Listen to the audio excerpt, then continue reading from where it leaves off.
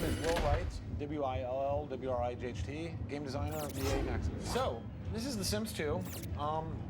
This is actually the neighborhood level. We've made the game a lot more customizable than The Sims 1 was. This is actually a terrain that was generated in SimCity 4. If you choose, you can generate your own neighborhood in SimCity and import it. You can also make multiple neighborhoods. And so this is like a new level of editing that The Sims 1 did not have. Even at this level, I can actually add things like water towers, trees, hot air balloons, ships, and there's behavior. I'll go through the process very quickly of how you create a new sim, because that'll give you some insight into how detailed the sims have become.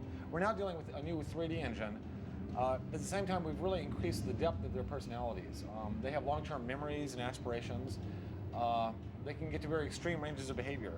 In the character creation, I'm going to kind of quickly pop into this. Like The Sims 1, I kind of start. I can pick, male or female. It's much more detailed though, the process. Here I can pick our hairstyle, coloration, just about anything you can imagine customizing on this character, I can change. You should pretty much reasonably be able to put in anybody you know in this. So these are different face styles that I can go directly to. Or I can pick individual things like the chin and actually kind of modify the chin or the nose, the mouth, eyes, eye color. Even things like makeup. So here's mascara, blush, lipstick color. I could give her glasses, change her eyebrows. If it was a man, I could give him different beard styles. The clothes are now a separate part from this sim. In the original Sims, it was all kind of burned into one thing. Now there's a wide variety of clothing styles that I can pick for her here. These are tops, these are bottoms. This is her normal wear that she'll wear during the day. I can also define her formal wear, what she wears when she wants to dress up. Also her underwear, pajamas, swimwear, athletic. Those can all be defined for the sim. Finally, there's the personality. We have a new thing in The Sims 2, which is aspirations. Each sim kind of has different ambitions in life. What is going to make them happy? How do you have to play them? And sims with different aspirations, you have to play very differently. There are different tactics in the game. So I could give her a family aspiration, or knowledge, or wealth, or maybe romance. Down here, I'm actually picking a personality. And as I pick different personalities, I actually kind of see that, this is a little bit shyer. I actually see her kind of manifesting the personality on screen. This personality is a little bit more kind of grumpy in a way, as you can see. Anyway, I'll just kind of select her right now. So you can go fairly deep into creating a custom sim. I'll make another one here. I could also, if I don't want to go through that whole process, just kind of click and get random sims. And get a sense of the range of styles that I can get out of a sim. Now, there's another way to create a sim. I'll just kind of accept this guy. If I wanted to create a child for these two, I could actually do a different method. I could come in here and I could say, if those two were married, what would their plausible offspring be? And now it's actually using genetics in the game. The genetics both at the appearance level and also at the personality level. So, if they're both grouchy, the kid's likely to be grouchy, or if one's grouchy and the other one's not, the kid's going to get kind of a random reshuffling of their genes. So basically, I'm kind of jumping through random children they could have. This is what he would look like as a child. When he grew up to be a teenager, he would look like this. As an adult, this is what he would look like. And then, as he got older, he would look like that. So I can actually look at how they would appear through their entire age range. That happens to all the Sims now. They actually kind of smoothly age and grow up. And the way you play them changes, their personality changes. They have different needs and desires as they get older. I'm going to jump out now back into the game. And we're going to go back to the neighborhood. The building mode of the game has also become much more elaborate. We can do a much wider variety of building styles than we can do in The Sims 1. You can kind of actually just kind of look in the buildings that we have here and get some sense of the architectural breadth of the game. And let's zoom out. And then one of these are all basically save games. These are all places I can go and play in the game. Let's see, I think one of these, this one I think has a family in it. We'll zoom into here. So now we're gonna load this house. The Sims also have much deeper awareness of what's going on around them. Because it's 3D, we can really zoom in close to them. As you saw in the sim creation, they're much more detailed in appearance, but they also exhibit things like facial expressions and much more subtle body language. So rather than having a lot of graphs that you're having to read to figure out what's going on or what their mood is, you can pretty much look at them and their body language will tell you. So here we are in this household. This is a family, a small family that lives here. They're having kind of like a little party, so they have a lot of guests over. Right now the game is paused. If I unpause the game, Now we see it start moving. So this is the husband that lives in this house. He's in the pool swimming. This is the mother, and she has this small child, and the rest are neighbors and family that are over visiting. I can look at her and see what her aspiration is. It's family, and so this is her little toddler. I can actually have her do different things with him. The original Sims had about 30 social interactions that you could do between the characters. The Sims 2 has about 130, a very detailed level of kind of social interaction between the characters. Right now, she has different needs or wants, based upon her aspirations. So one thing she wants to do is hug her son. Once she accomplishes that, we'll see a new need appear in its place. That's what the spinner is doing here. She also has fears. If there's certain traumatic things that happen to her, they can become phobias later in life and really screw her up. You can develop a really screwed up Sim psychologically. Now, it's Alex's birthday, so he got a cake. Now, if I have her actually light the candles on the cake, it will actually progress her toddler up to a child. And this is kind of like a major life event for the kid. Right now she's talking to this guy, I think it's her father. You can actually have multi-generational kind of stories that you're playing out in here. This is her husband, he's kind of a flirt, basically. So she lights the candles here, and the other Sims kind of recognize what's going on, and they're coming over to celebrate his birthday. Have a little party. We can turn the sound down a bit.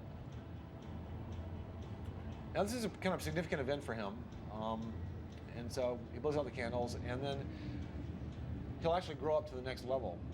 And at that point, he becomes a child, and we actually have to play him somewhat deeper.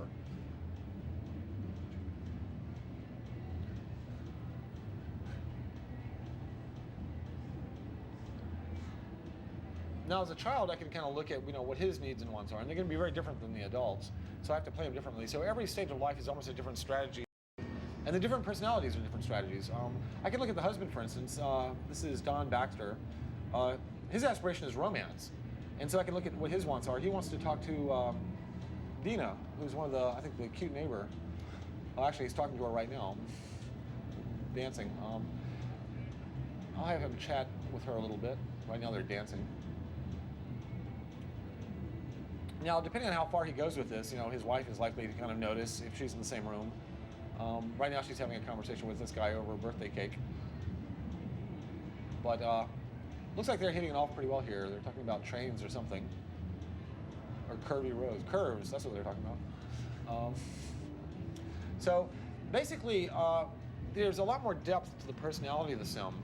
But yet we tried to make the game such that somebody who has never played The Sims before, they can come in and it looks pretty much like The Sims 1.0. Or if I've played The Sims 1.0, I can come in and play it exactly the same way without having to understand the additional complexity. So we want to make sure that the game is still very accessible, even though we're going to far more detail in all these different directions. It's customizable, and one of the things we want to do with that is we now have the ability to make movies.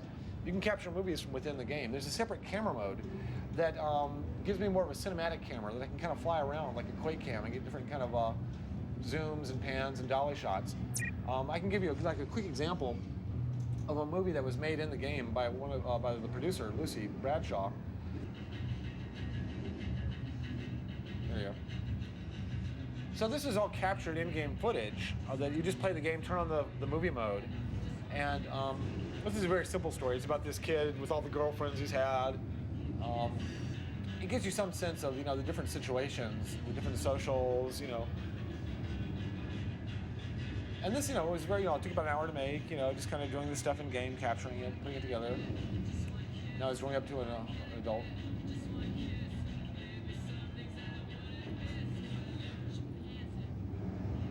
So The Sims 1 had this storytelling mode where you could capture, screenshots and, write a story. It was kind of like making comic books. And so the difference here is that now the users will be able to actually make movies. And if you look at all the different levels that a player can customize the game in, all the different directions, we had a huge community that built around The Sims 1. Huge amounts of content for the game. And with The Sims 2, we're trying to build an even more vibrant community with more content.